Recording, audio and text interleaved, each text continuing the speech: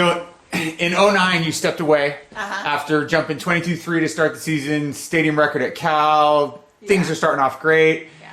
And why did you decide to step away? Just the mindset of competing got to be, it took a lot more energy, where before it came really easily.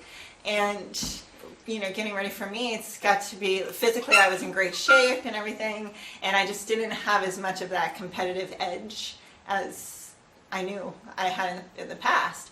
When did you know that you were done?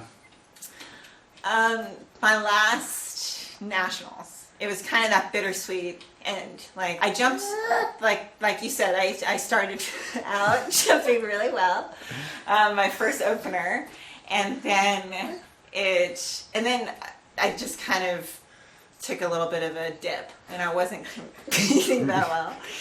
And then I got ready for nationals, and I was like, okay, you know, I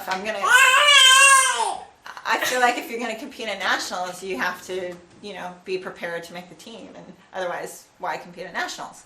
And so that was my mindset. I used all that energy to really prepare myself to compete at nationals, and I ended up tying for third. And so otherwise they take top 3 to make the world team. I tied for third, so they went back to the second furthest jump, and I think I was a centimeter or maybe 2 centimeters behind. So it was one of those bittersweet. I felt like I was still jumping decent, but it was kind of a good place to stop, because I don't want to go out with jumping just horribly and just having that be my last competition. I wanted to kind of go out on my own terms. My highlight for '09 for sure was the Brutus Hamilton meet, because that was my first meet, my first outdoor meet after the Olympics, and it was a very intimate affair at Cal, and I was able to compete against Olys Fountain, who's an amazing competitor and athlete, and my family was there, and it was my home track, and I was jumping on the Upshaw family long jump pit. You know, it was just one of those things like you can't really write.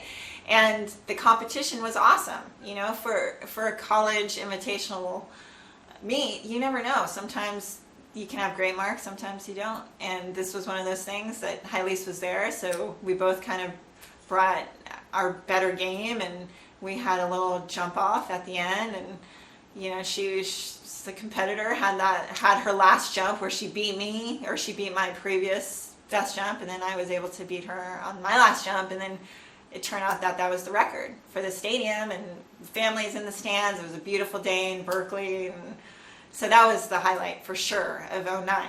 The trials in '04 were incredible, and '08. Like those 2 Olympic trials, I feel like I always compete best when my whole family is there. I'm very much a family person.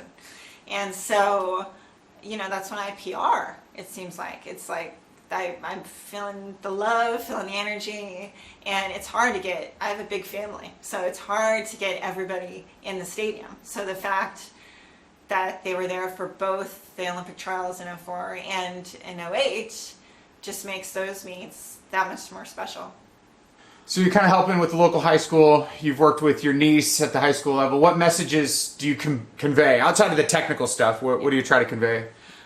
Just to really enjoy what you're doing, and to if you're going to do something, do it well. You know, put some heart into it, and because you just never know what your real potential is. Like for me, it took me a long time to really realize my potential. You know, you're surrounded by family who's always like, you can do all sorts of things, you know, but for me, I had to have somebody from the outside kind of tell me like what they thought I was capable of doing. And that was all I needed, you know, just to plant that seed in me, and then just went from there. And so that's what I hope to bring to younger athletes when I coach them, and hopefully that happens. Who is that person for you? Who is that person for me? Who planted the seed? Edric Floreal. So he definitely was the one who when I started working with him, he almost wanted. I personally believe this. He doesn't, but I feel like he wanted to get me to quit. Like he was really pushing. He was giving me these hard workouts and just testing me mentally. And I think part of the hard workouts aren't just for the physical benefits. I think the hard workouts are for the mental, what you get mentally, especially being a younger athlete, you know. So where does track fit into your mind and your life these days? Right now, it's as a complete supportive person. I am here for my niece. Like, I love being back in the Bay Area because this is where my roots are, and so it's great for me to be here. And Sunny's my niece. Competing for Cal. Yes, Sunny's competing at Cal. She had the unfortunate injury, but yeah, it's nice to be able to be here even for an injury, like just to kind of keep her motivated and upbeat and stuff. I'm glad that I'm close and not, you know, over the phone. And yeah, I'm just starting to coach now. I'm starting to coach, and my focus last year was purely being pregnant and enjoying that whole experience and being a newlywed and all that stuff, and so now I'm starting to come back to track and bring my appreciation for the sport and see if it can pass on to some of the younger athletes in the area.